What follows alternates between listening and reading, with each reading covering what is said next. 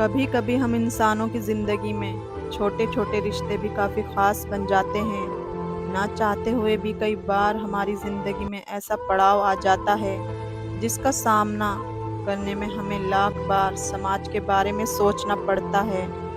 बहुत सारी प्रेम कहानियाँ शुरू होने से पहले ही ख़त्म हो जाती हैं। इसका कारण हमारे समाज का चाल चलन है, क्योंकि बहुत बार हमें अपने दिल की बजाय सोसाइटी की सुनते हैं और यही सब सोचकर अपने दिल पर पत्थर रख लेते हैं, और इसी के चलते हमें अपनों को पीछे छोड़कर आगे बढ़ना पड़ता है। आज हम आपके लिए एक ऐसी ही महिला की कहानी लेकर आए हैं, और जिसको समाज के चलते अपना सच्चा प्यार हर बार पीछे छोड़ना पड़ा। तो चलिए जानते हैं इस सच्ची प्रेम कहानी की घटना को महिला की जुबानी। मैं जैसे जैसे बचपन से जवानी में कदम रख रही थी, वैसे वैसे ही मेरे आशिकों की लिस्ट भी बढ़ती जा रही थी। मैं हमेशा से एक ऐसा पार्टनर अपनी ज़िंदगी में चाहती थी जो मेरी फीलिंग की कदर कर सके और मुझे समझे। हालांकि ज़िंदगी में सब कुछ सही चल रहा था, लेकिन फिर भी कुछ न कुछ कमी महसूस हो रही थी। आखिरकार मेरा स्कूल पूरा हुआ और मैंने कॉलेज में एडमिशन ले लिया। यहाँ मेरे काफ़ी दोस्त बने, और यही मेरे बेस्ट फ्रेंड ने मुझे एक संजय नामक व्यक्ति से मिलवाया। पहले तो मैं संजय की ओर काफ़ी आकर्षित होती चली गई, मगर जब मुझे उसके प्लेबॉय नेचर के बारे में पता चला तो मैंने बिना समय गवाए उससे दूरियां बना ली। ये तो भगवान का शुक्र है जो मैंने उस लड़के पर अपना ज़्यादा समय ख़राब नहीं किया। धीरे धीरे वक्त गुजरता गया और एक दिन मैं किसी और से मिली। दरअसल इस बार जो खास इंसान मुझे मिला वह कहीं और नहीं बल्कि सोशल नेटवर्किंग साइट पर मिला था। उससे चैटिंग करते करते मुझे उससे प्यार हो गया। काफ़ी मंथ की लगातार चैटिंग के बाद आखिरकार हमने एक दूसरे से मिलने का फैसला कर लिया। हम पहली बार मिल रहे थे।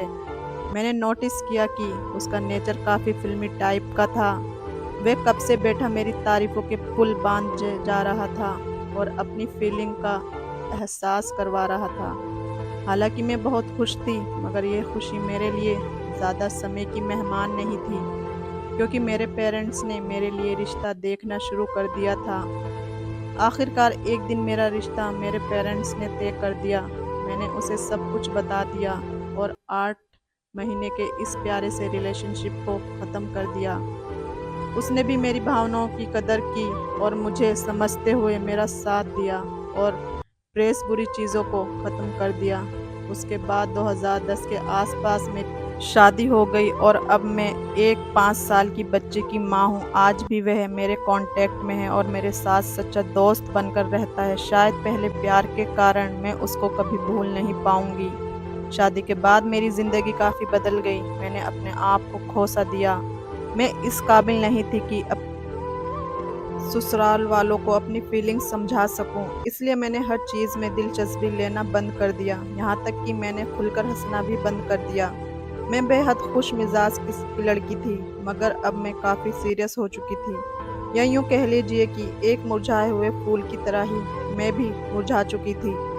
एक दिन मेरे पड़ोस में एक लड़का रहने आया। मुझे किसी ने बताया कि वह मेरी उम्र से काफ़ी छोटा है, मगर अक्सर मुझे नोटिस करता है। मैंने उस पर कभी ध्यान नहीं दिया था, मगर जब मेरी दोस्त ने बताया कि वह दिखने में बेहद हैंडसम और खूबसूरत है, तो मैंने उसको नोटिस करना शुरू कर दिया। मैं जब भी उसको देखती तो मुझे अपने कॉलेज के दिन याद आ जाते। एक दिन मैं मार्केट से गुजर रही थी, तो वहाँ पर जो मुझे घूर घूर कर देख रहा था। फिर मैंने उसे सोशल मीडिया पर स्टॉक किया और एक दिन उसको फेसबुक पर फ्रेंड रिक्वेस्ट भेज दी। धीरे धीरे हम अच्छे दोस्त बन गए और रात रात भर चैटिंग करने लगे। मैं उससे फ्लर्ट भी करने लगी थी, परंतु उसने कभी मेरी फ्लर्टिंग का फ़ायदा नहीं उठाया। आखिरकार एक दिन उसने मुझे प्रपोज कर दिया और बताया कि वह मुझ में अपनी गर्लफ्रेंड ढूंढता है, परंतु उसने अपनी बातों को लंबी सांस लेते हुए बदल दिया। मैंने कभी सपने में भी नहीं सोचा था कि वह मेरे लिए ऐसा महसूस कर सकता है। धीरे धीरे मैं भी उसकी ओर आकर्षित होने लगी और उसे लाइक करने लगी। वह मेरे लिए एनर्जी ड्रिंक के समान था, जिसके साथ रहते-रहते मैं उसकी आदी हो चुकी थी। एक दिन मैंने उसे पूछ लिया कि आखिर मुझ में ऐसा क्या है जो तुम मुझे पसंद करते हो? लेकिन इसका जवाब उसने बेहद चौंकाने वाला दिया। मैंने सोचा भी नहीं था कि उसका जवाब इतना अजीब हो सकता है। धीरे-धीरे उसने मुझे नज़रअंदाज करना शुरू कर दिया और मुझसे दूर होता चला गया। मैं आज तक नहीं समझ पाई कि उसने आखिर मुझ में ऐसा क्या देखा था जो मुझे पहले चाहा और फिर कुछ ही पलों में छोड़ दिया। शायद वह मेरी खुशियों का एक भ्रम था, जिससे मैं कभी बाहर नहीं निकल पा रही थी, या फिर जिस भ्रम से मैं कभी बाहर निकलना ही नहीं चाहती थी। तो दोस्तों, कैसी लगी आपको कहानी कमेंट करके ज़रूर बताएं। कहानी अच्छी लगी हो तो लाइक शेयर सब्सक्राइब ज़रूर करें। कहानी सुनने के लिए धन्यवाद।